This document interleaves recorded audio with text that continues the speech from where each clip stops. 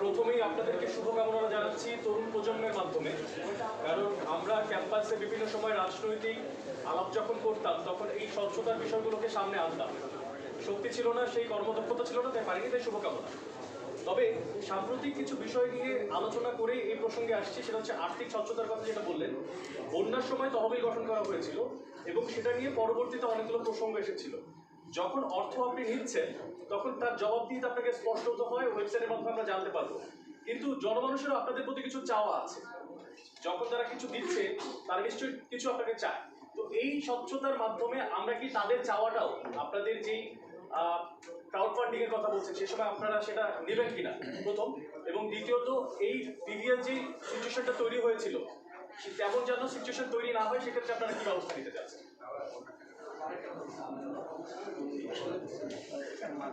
আচ্ছা, বন্যার যেই আর্থিক যেই স্বচ্ছতা জবাবদিহিতা সেটা কিন্তু আমরা দিয়েছি। আপনারা যদি মনে করে থাকেন, দেখেন আমরা যখন বন্যার যখন আমরা টাকা উঠাচ্ছিলাম, আমরা প্রত্যেক 2-4 ঘন্টা পর পর কিন্তু আপডেট দিচ্ছিলাম যে আমরা কয় টাকা সংগ্রহ করা হয়েছে, 3টা থেকে 5টা পর্যন্ত কয় টাকা সংগ্রহ করা হয়েছে, প্রত্যেক 2-4 ঘন্টা পর পর কিন্তু আপডেট দিচ্ছিলাম।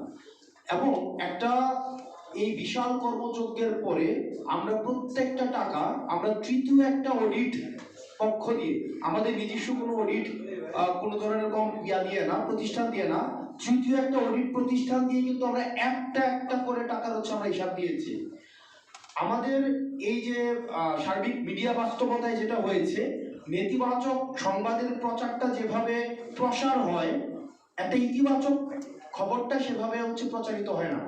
আমরা প্রথম, আপনারা যদি অডিট রিপোর্টটা দেখেন, অডিট রিপোর্টের প্রথম পাতায় আমরা উল্লেখ করেছিলাম সেখানে একটা 2 লাখ বা 3 লাখ টাকার আমরা হচ্ছে হিসাবটা দিতে পারিনি। অর্থাৎ আমাদের লিমিটেশনসটা আমরা প্রথম পেজে আমরা লিখেছি যে এই অডিট রিপোর্টে আমরা হচ্ছে 2 লাখ বা 3 লাখ, আমার নির্দিষ্ট হচ্ছে ফিগারটা মনে নেই, আর বাকি যে 16 কোটি বা 15 কোটি টাকার প্রত্যেকটা রিসিপ্ট সহ আমরা হচ্ছে এই অডিট, আপনার রিপোর্টটা চাইলে এখনো আপনারা দেখতে পারেন। তার মানে আমরা এটা প্রকাশ করেছি। তখনকার সময় আমরা দেখেছি মিডিয়া ট্রায়াল হয়েছে, তখন থেকে শুরু করে এখনো পর্যন্ত কিন্তু হচ্ছে। এই জাস্ট 2 দিন আগে বা 3 দিন আগে আমরা দেখেছি যে আমাদের দলের প্রধানকে নিয়ে আমরা হচ্ছে মিডিয়া ফ্রেমিং করার চেষ্টা করা হয়েছে। এগুলোর ঊর্ধ্বে কিন্তু আমরা কেউই না। তো দেখা যায় আমরা সব সময় জাতীয় নাগরিক পার্টি, আমরা সবসময় যে কোনো বিষয়ে বৈষম্য বিরোধী ছাত্র আন্দোলনের আহ্বায়ক থাকাকালীন সময় থেকে যখনই কোনো অভিযোগ এসেছে আমরা সেটাকে গ্রহণ করেছি এবং সেটা যথাযথ রেসপন্স কিন্তু আমরা করেছি। সেটির ধারাবাহিকতায় আমরা এখনো বিশ্বাস করি জাতীয় নাগরিক পার্টি আমরা প্রত্যেকটি অর্থের আমরা স্বচ্ছতা নিশ্চিত করব এবং আমরা আপনাদের সব মিডিয়ার সামনে আহ্বান জানাচ্ছি যে এই অর্থনৈতিক যে ধরনের অপপ্রচার করা হচ্ছে, অর্থনৈতিক যে ধরনের ব্লেমগুলো দেওয়া হচ্ছে, আমরা বলবো আপনারা বিদ্যমান যেই আইনগত যে ব্যবস্থা আছে, বিদ্যমান যেই আপনার আইন শৃঙ্খলা বাহিনী আছে, আপনারা যথাযথ প্রক্রিয়ায় আপনাদের সুনির্দিষ্ট যদি কোনো অভিযোগ থাকে আপনারা সেখানে অভিযোগ করুন। আমরা প্রত্যেকটা অভিযোগকে আমরা হচ্ছে অ্যাড্রেস করব। আমরা দেখেছি যে আমাদের সম্পর্কে নেতিবাচক বিভিন্ন কোম্পানির নাম জড়িয়েও আমাদেরকে বলা হচ্ছে সেখান থেকে হচ্ছে আমরা অর্থ নিয়েছি, এই ধরনের হচ্ছে অপপ্রচার কিন্তু রয়েছে। আমরা আপনাদের মিডিয়ার মাধ্যমে আহ্বান জানাবো, আপনাদের যদি সুনির্দিষ্ট কোনো ধরনের অভিযোগ থাকে তাহলে সেটি আপনার আইন শৃঙ্খলা রক্ষাকারী বাহিনীর কাছে জানান।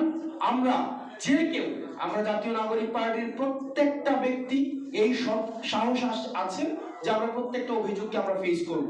ধন্যবাদ।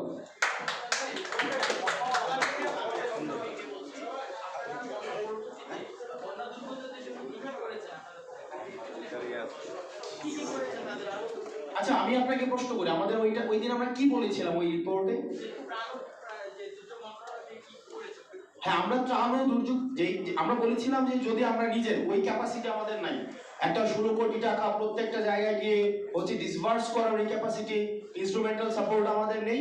সেজন্য আমরা যেটা করেছি, ত্রাণ ও দুর্যোগ মন্ত্রণালয়ের কাছে এই টাকাটা হচ্ছে আমরা হস্তান্তর করেছি, এবং সেখান থেকেই হচ্ছে তাদেরকে কিছুদিন আগে জাস্ট 2 উইকস ব্যাক আমরা দেখলাম যে আপনার মাননীয় উপদেষ্টা হচ্ছে চিফ অ্যাডভাইজার, উনি হচ্ছেন ওখানে বন্যা পরবর্তী সময়ে যে আমাদের হচ্ছে ঘরবাড়ি করে দেওয়া, তাদের কর্মসংস্থানের ব্যবস্থা করা, যেটা পুনর্বাসন যে প্রক্রিয়াটা, এই প্রক্রিয়াটা কিন্তু সম্পূর্ণ করেছেন। তা আমরা আপনাদেরকে অনুরোধ করব এই টাকার যথাযথ সরকার ব্যবহার করেছে কিনা সেটা একটু আপনারা যথাযথভাবে ওই মন্ত্রণালয়ে আপনারা একটু অ্যাড্রেস করবেন। ধন্যবাদ।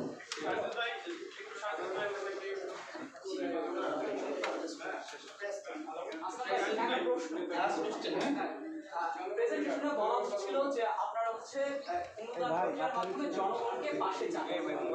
শুধু কি জনগণকে পাশে চাওয়া নাকি এনসিপির সংকট এই সংকটকালীন জনগণকে পাশে যাচ্ছে? এনসিপির কোনো সংকট নেই। এনসিপি জনগণের মধ্য থেকে গড়ে ওঠা দল। এনসিপি রাজপথের আন্দোলন থেকে গড়ে ওঠা দল এবং জনগণের, আপনারা দেখেছেন যে আমাদের প্রতিষ্ঠার দিনও সাধারণ মানুষ যেভাবে এসে অংশগ্রহণ করেছিল, আমাদেরকে সাপোর্ট দিয়েছিল, সেটাই কিন্তু আমাদের শক্তির জায়গা আসলে। ফলে আমরা গণ অভ্যুত্থান থেকে পুরোটা সময় এবং আমরা সামনের পুরোটা জার্নি সেই জনগণের সমর্থনই এগোবো, এটা আমাদের প্রত্যাশা। আমরা দেখেছি বাংলাদেশের ইতিহাসে বিভিন্ন রাজনৈতিক দল সরকারি সুবিধায়, ক্যান্টনমেন্ট কিংবা গোয়েন্দা সংস্থার সুবিধায় তারা গঠিত হয়েছে, বিস্তৃতি পেয়েছে। ব্যবসায়ীদের সুবিধায়, সমর্থনে, আমলাতান্ত্রিক সুবিধায় বা বিদেশি শক্তির সুবিধায়ও বিভিন্ন রাজনৈতিক দল তাদের কার্যক্রম বিস্তার করেছে। কিন্তু আমরা সেই সকল কিছুকে অস্বীকার করে আমরা জনগণের যে রাজনৈতিক, নৈতিক এবং অর্থনৈতিক সমর্থন সহযোগিতা নিয়ে আমরা আগাবো, এটাই আমাদের প্রত্যাশা। জনগণ আমাদেরকে সহায়তা করবে, কারণ আমরা জনগণের পক্ষে, নাগরিক অধিকারের পক্ষে, গণতন্ত্রের পক্ষে এবং একটা বৈষম্য বিরোধী সমাজ প্রতিষ্ঠার পক্ষে কাজ করব।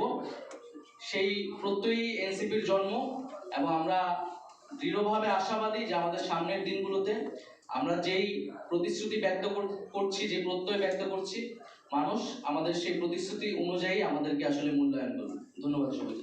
আপনি একটা কথা বলছেন যে আপনি ভালোবাসা